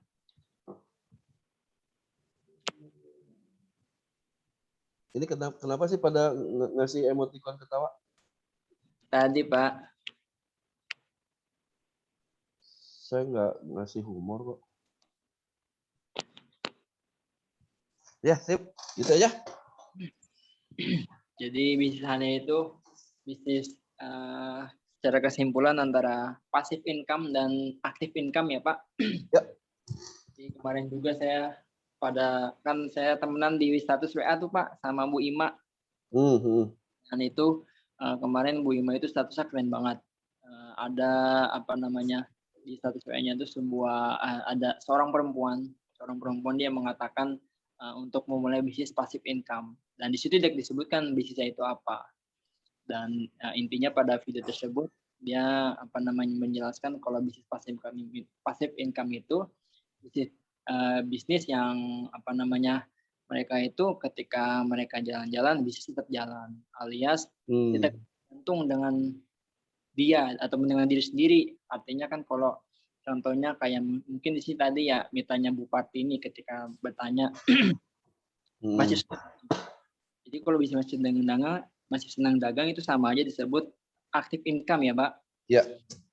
Ketika dianya aktif, dianya masih kuat, dianya masih sehat, mungkin dia dapat penghasilan sama. Berbeda ketika nanti dia sakit ataupun nggak sakit ya Pak, ataupun pergi, itu dia tidak penghasilan karena dianya aktif. Nah, karena dia belum membangun bisnis pasif. Jadi kemarin juga saya dapat mitra Pak, alhamdulillah dapat mitra. Nah, itu ternyata dia seorang terapis, seorang ibu-ibu, dan itu mie ayam, jualan mie ayam, dan itu libur udah 2 pekan. Ya bukan nyampaikan sih, saya bahasnya sharing. Wah Bapak keren Pak, usaha mie ayam udah, oh sekarang libur Pak. Iya libur Mas. Oh udah berapa lama Pak? Udah 2 pekan. Oh gitu. Dan di situ saya memberikan contoh saya gitu. Ini sharing aja ya teman-teman. Jadi oh gitu Pak libur. Nah cocok banget nih Pak. Bapak usaha mie ayam dan saya bisnis saya ini itu bisa kolaborasi Pak gitu. Sekarang Bapak libur 2 minggu. Bapak dapat gak penghasilan? Enggak. Ini kita harus memberikan pertanyaan dan gambaran juga. Pertanyaan itu pertanyaan yang benar-benar masuk akal lah buat mereka. Gitu. Langsung saya kasih gambaran buat tentang saya. Itu Pak, saya kemarin bulan Juni, bayangin Pak, bulan Juni saya sakit Pak. Saya sakit selama 12 hari gitu, Masya Allah. 12 hari hampir 2 pekan itu. Coba itu kalau saya memulai bisnis konvensional Pak, Bu, gitu kan. Itu ada gak pemasukan buat saya? Nggak ada emang bener Bu. Tapi alhamdulillah karena saya menjalankan bisnis passive income itu bulan Juni Bu, alhamdulillah pas lagi tinggi-tinggi tuh Pak. Ya, kemarin bulan Juni, Agustus tinggi-tingginya itu alhamdulillah saya omset naik, level naik, bonus juga naik, Masya Allah. Seperti itu saya memberikan gambarannya ke beliau. Jadi ada role model lah atau contoh. Jadi karena cocok nih saya udah ngalamin gitu, udah tinggal sharing ataupun berbagi cerita tentang saya. Kapan naik jadi Ede? Belum Pak, itu yang nulis itu salah itu. Yang bikin salah itu Pak. Ya itu ingin jadi Ede kan nggak apa-apa. Ya doa. Desember ini. Ya keren Desember ini ya. Soalnya kalau enggak botak kalau enggak deh. Oh gitu. Aneh yang nyukurin nanti. Oh, tolong di videoin ya nanti kalau lagi nyukurin. Siap, nanti di share di Insta Story. Ya. Jangan. Aduh. Kalau Desember nggak dapat Ede ya, siap. Itu berarti sudah diambil Ede-nya sekarang ya? Siap. Karena saya juga sekarang lagi fokus Pak. Jadi saya ada sedang membangun nih. Jadi Pak Esa itu pada saat Zoom seperti ini, Pak Esa pernah bercerita. Dulu pada saat Pak Esa merintis di Bekasi Pak, itu Pak Esa bicara kayak gini. Dulu Pak Esa kan di Bekasi itu udah terkenal jaringannya Ustadz Bagus, Pak Ari Maredi sama siapa yang Bu Khadijah itu? Bu Dewi Larasati. Nah, Pak Esa itu ngobrol, ini Bekasi harus jadi jaringan kita gitu. Nah dari situ Pak Esa ngadain acara gitu kan, pematerinya kesehatan, dan di situ yang dijual produk ini. Dari situ juga saya coba pikir, saya juga nih ke Pak Esa, saya bisa kuasai satu Bekasi. Kalau Pak Esa bikin acara, saya bikin yang nggak pakai modal lah, karena kalau acara kan pakai modal ya Pak. Ini yang nggak pakai modal. Dari situ saya coba masuk dari sekolah ke sekolah. Insya Allah terwujud lah nih satu Bekasi lah, mudah-mudahan jaringan saya Pak, mohon doanya Pak. Amin. Amin. Amin. Nih ada pertanyaan nih Pak. Oke. Pak, bagaimana cara memotivasi mitra untuk menimbulkan macan pada diri setiap mitra? Macan tuh kan Temannya singa Pak. ya boleh. Macan, tapi macannya harus macan yang macan edan ya. Macannya, kalau macan yang jinak kan kita nggak bikin ngejar kita. Iya, iya. Ya kan logikanya begitu ya. Ketika ada dua orang nih, satu berlari ngejar gunung emas, satu lagi berlari karena dikejar setan macan, itu akan lebih kenceng orang yang dikejar macan kan.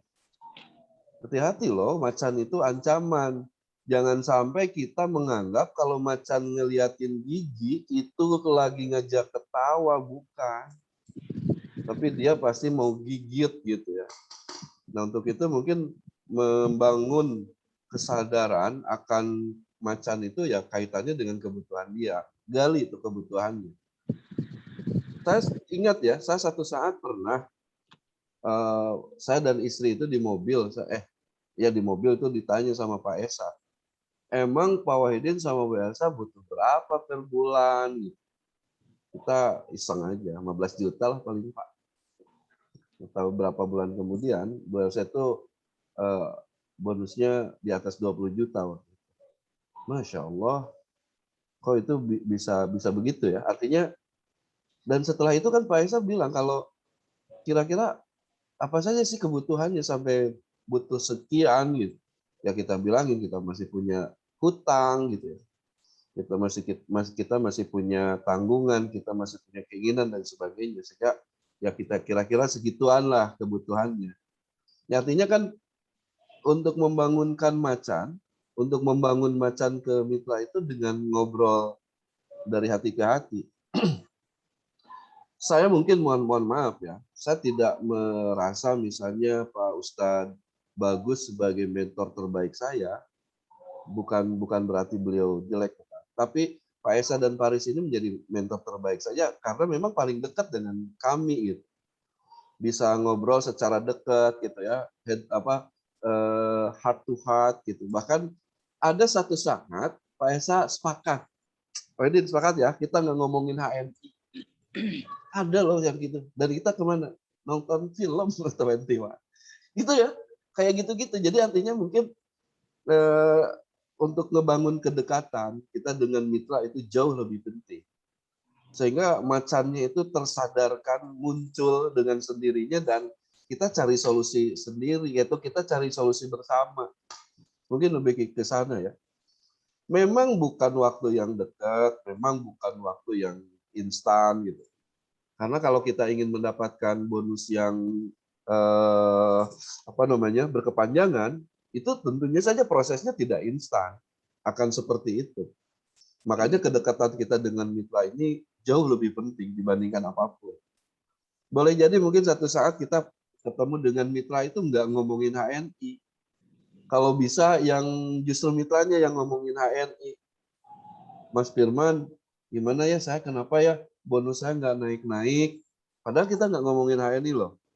Tapi karena mungkin ketemu wajah yang ini, ya, wajah ingat nih, ini kan kita lagi pencitraan ke orang lain. Ketika lihat wajah yang ini, orang langsung tek HNI gitu. Udah kayak Pak Haris aja. Saya lihat Pak Haris itu aroma MHS itu langsung menyebar. Pak Haris nggak ada ya orangnya. Nggak enak nih ngomongin nggak ada orangnya. Jadi gitu ya. Jadi ketika orang lihat kita itu, wah ini banget gitu. Nah, sehingga ketika kita nggak ngomong HNI pun, ketika datang kita nggak niat loh ya. Misalnya karena kita nggak mau menyibukin orang, nggak mau bikin pusing orang dengan urusan HNI, kita berniat nggak ngomong HNI.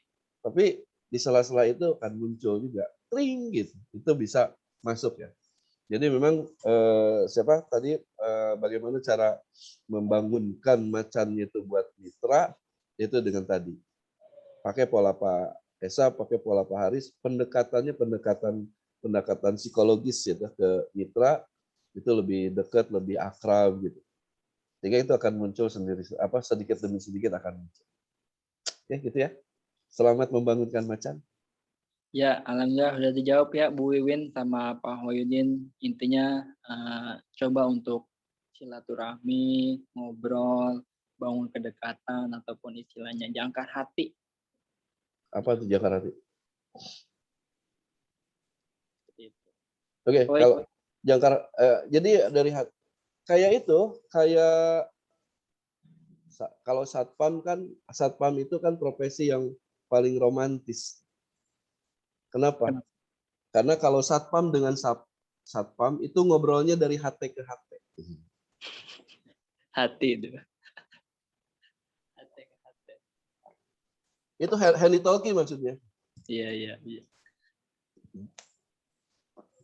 Dari hati ke hati. Sama-sama. Itu gitu ya. Mengingatkan untuk besok buat teman-teman di sini yang halal planner untuk sobat muda, besok insya Allah ada agenda ya Pak Faisa? Besok kalau ada ya. Ada agenda untuk anak muda halal planner di BC Bekasi 3 jam 9 sampai jangan selesai ya jam 12 lah. Buat teman-teman merasa masih milenial 29 tahun ke bawah khususnya silakan besok untuk hadir. Untuk hadir di Ruko BC Bekasi 3 untuk Keren nih. ngobrol bisnis santai. Sip. Baik, itu ya yang mudah-mudahan bisa dipahami nih. Ini hanya sekedar obrolan kita saja ya. Siap. Obrolan kita saja, ilmunya nanti dari senior-senior yang lain. Ini hanya sekedar bahan diskusi saja. Mudah-mudahan bermanfaat. Amin. Terakhir teman-teman saya tutup dengan cerita ya. Boleh Pak. Cerita. Boleh nanti bisa interaktif. Ini kaitannya dengan mindset. Ada sedikit kesalahan mindset, sedikit saja, itu akan menghambat kita pada kesuksesan. Ceritanya begini, mungkin teman-teman juga sudah pernah dengar cerita ini, tapi nggak apa-apa deh. Ada seorang ayah, dia ngajak jalan anaknya laki-laki lagi lucu-lucunya gitu, lagi kecil, masih kecil banget. Nah, si ayah ini ngajak jalan-jalan si anaknya pakai motor. Ya sore hari gitu ya, pakai motor kan seneng tuh, jalan-jalan pakai motor nih sana kemari gitu. Anaknya juga nanyain itu apa, ini apa, kan anak-anak kecil gitu. Nah tapi pada sebuah perempatan itu ada mobil yang ugal-ugalan tidak terkendali dan menabrak motor itu seketika. Dak! Tabrakan terjadi, si ayahnya terpental dan terbentur di aspal dan meninggal di tempat. Si anaknya luka berat, itu dibawa ke rumah sakit. Si anak ini didiagnosa ternyata ada pendarahan di otak, dan kita tahu kalau pendarahan di otak itu harus secepatnya dioperasi. Anak ini masuk ke ruang operasi. Sampainya di ruang operasi, sudah dipersiapkan berbagai peralatan untuk operasi. Perawat juga sudah ada di sana. Dokternya datang. Dokter ini mengawali dengan membuka penutup wajah si anak. Dan ketika dia membuka penutup wajah si anak, dokter ini terkejut dan menutup seketika penutup itu dan sambil mundur dan bergetar. Si perawat bilang, kenapa dok bergetar? Kenapa dok mundur? Ini harus cepatnya dioperasi dok. Kata perawat itu. Si dokter ini bilang, mohon maaf, sambil bergetar, saya nggak bisa mengoperasi anak ini. Kenapa dok? Ini anak saya. Oke, ceritanya ketangkap nggak, Mas? Tangkap. Ketangkap ya, oke. Ceritanya sampai di sana, pertanyaan saya adalah mungkin nggak mungkin cerita itu? Kira-kira. Boleh di-chat. Mungkin atau tidak mungkin? Silakan teman-teman boleh jawab di chat mungkin atau tidak. Oke. Atau ceritanya tadi suara saya jelas kan ya, nggak putus-putus kan? Nggak Pak, jelas Pak. Ya, jelas ya. Oke. Mungkin. Oke, Bu Teh Imas. Tidak mungkin. Teh Uswatun Hasanah bilang Puji mungkin. Oke. Saya minta yang mungkin, yang tidak mungkin dulu deh. Yang tidak mungkin, Cung, raise hand.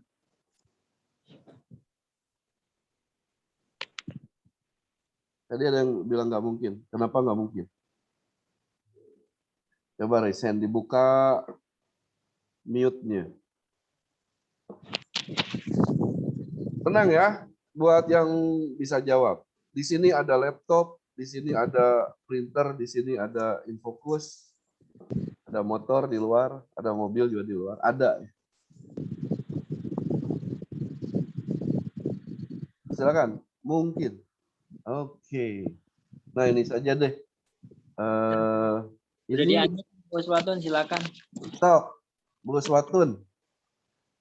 Ini Mbak atau Mbak ya, Mbak Uswatun ya. Mbak Uswatun silakan. Mungkin ya Mbak Uswatun atau tidak mungkin? Tidak mungkin ya. Oh, tidak mungkin. Kenapa Bu Uswatun kenapa menyebut tidak mungkin?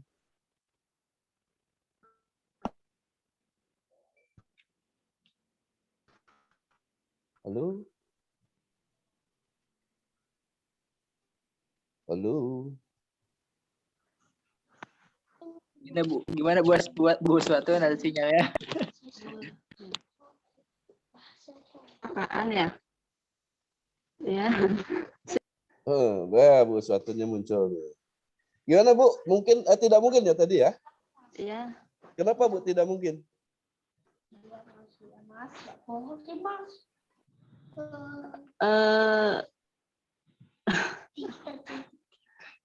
Nggak berani aja. Hah? Nggak berani ya? Oh, Iya, dia nggak berani ngoperasi anak itu ya? iya, Jadi itu tidak mungkin ya? Cerita itu tidak mungkin? iya. Oke. Cerita itu tidak mungkin karena dokternya nggak berani. Bu, masa sih dokter nggak berani ngoperasi, Bu? Nggak ada yang dioperasi dong kalau gitu. Oke, yang lain yang mungkin deh ya. Yang mungkin siapa? Diwakili sama siapa?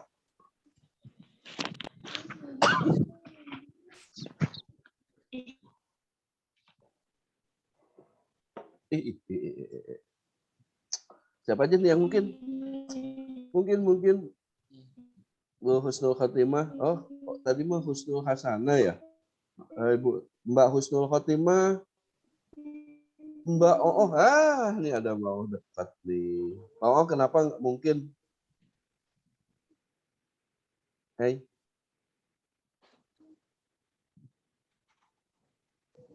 Bupati ini udah saya unmute. Boleh Bupati ini jawabannya tadi mungkin. Oke.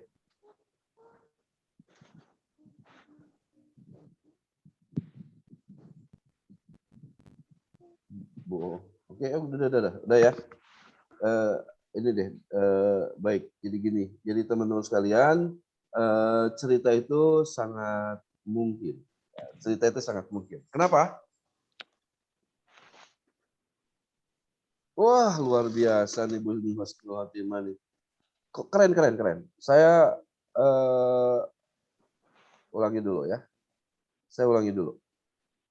Bu Husnul Khotimah bilang kalau itu mungkin. Kenapa? Karena orang yang tadi membonceng dan meninggal bukan bapaknya. Dan bisa jadi dokter tadi bapaknya anak tersebut. Oh maaf Bu, ini mah jadi robah ini ya. Jadi robah skenario. Jadi robah skenario. Enggak Bu, enggak robah skenario kok Bu. Maksudnya tadi saya bilang bahwa itu bapaknya bener loh. Iya. Ya. Iya, jadi itu bapak bener loh. Nah, untuk itu mungkin udah malam nih. Saya jawab aja Bu ya. Udah bahwa cerita itu sangat mungkin. Cerita itu sangat mungkin dan boleh jadi dokter itu adalah ibunya. Gitu ya. Bener ya? Boleh jadi ibu itu adalah dokter itu adalah ibunya. Kenapa tadi teman-teman merasa bingung dengan cerita itu karena ini kaitannya dengan mindset. Ya, kaitannya dengan mindset. Bahwa dalam mindset kita, dalam paradigma kita, dokter itu harus laki-laki. Dan nggak kepikir bahwa dokter itu perempuan. Padahal banyak dokter, padahal banyak perempuan yang jadi dokter. Nah, ini mindset nih. Salah dikit saja mindset, itu akan mengakibatkan jauhnya kita dari kesuksesan. Apa sih mindset yang kecil ya? Kecil mindset tapi menjauhkan diri dari kesuksesan. Contohnya tadi, ini bukan passion saya. Bisnis HNI susah. Bisnis HNI ribet. Kayak gitu-gitu. Itu dikit tapi bakal bikin agak jauh dari kesuksesan. Oleh karena itu, yuk mari kita mulai sekarang dengan berbagai pertemuan-pertemuan kita kembali memperbaiki, menguatkan, dan lebih memantapkan lagi mindset kita. Terutama yang 3 itu. Yang pertama, bahwa ini adalah bisnis, HNI adalah bisnis, HNI adalah aset, dan HNI adalah milik kita. Jazakallah. Wassalamualaikum warahmatullahi wabarakatuh. Waalaikumsalam warahmatullahi wabarakatuh. Dah ya. Plus yang luar biasa untuk Pak Wahyudin atas materinya pada malam hari ini. Ya, alhamdulillah sudah terasa jam sudah menunjukkan jam 10 kurang 15. Dan terima kasih Pak Wahyudin atas materinya malam ini tentang mindset bisnis dia ini. Jadi teman-teman semuanya ikut ke akselerasi. Pertama harus paham dulu apa namanya bisnis dia ini itu, kita itu dagang atau bisnis, terus apa yang harus kita ciptakan, apakah itu omset atau aset gitu. Dan kita harus apa namanya menjadikan diri kita itu sebagai seller atau sebagai owner. Bahkan kalau kata Pak Esa, kita harus karena kita di sini bisnis ya, tebar benih ataupun tebar aset, perbanyak asetnya. Perbanyak asetnya, dan jangan lupa disiram, yaitu di follow up ataupun di home sharing. Ketika sudah tercipta banyak asetnya, sudah disiram, sudah dirawat, maka lahirlah batang-batangnya, daunnya, buahnya, dan itulah hasil dari ataupun bonus dari jerih payah kita ketika kita menebar benih ataupun membangun aset. Mungkin itu saja ya, karena sudah tidak ada pertanyaan lagi. Apa namanya, marilah kita tutup dengan Zoom malam hari ini dengan bacaan, dengan istighfar sebanyak-banyaknya. Astagfirullahaladzim, astagfirullahaladzim, astagfirullahaladzim. Dengan dilanjut dengan doa kafaratul majlis. Subhanakallah. Subhanallah bihamdika. Amin. Terima kasih Pak Wahyudin atas materinya dan teman-teman semuanya. Semoga tidak pernah bosan ikut kelas akselerasi ini, terutama ikut Zoom ya tiap malam Ahad, Selasa, dan Jumat. Yaitu kuncinya istiqomah. Jika kita pengen mitra kita istiqomah, maka kitanya harus istiqomah. Terima kasih. Itu saja dari saya. Pak Esa ada tambahan? Masih jam 10 kurang.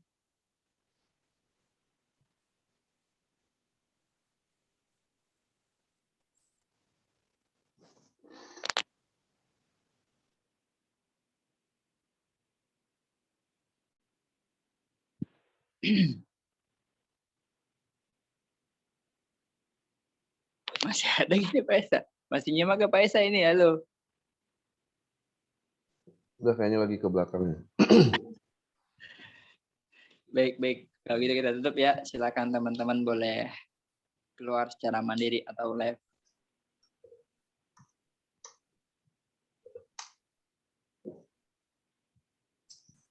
Amin.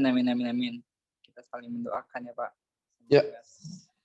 Mencapai targetnya masing-masing di Desember ini terutama.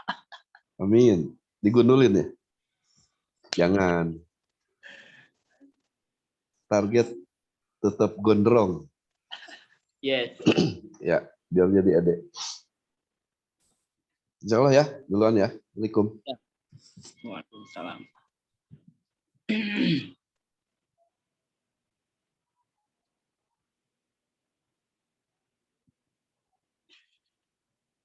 Jangan atuh Bu. Masih dibotakin saya.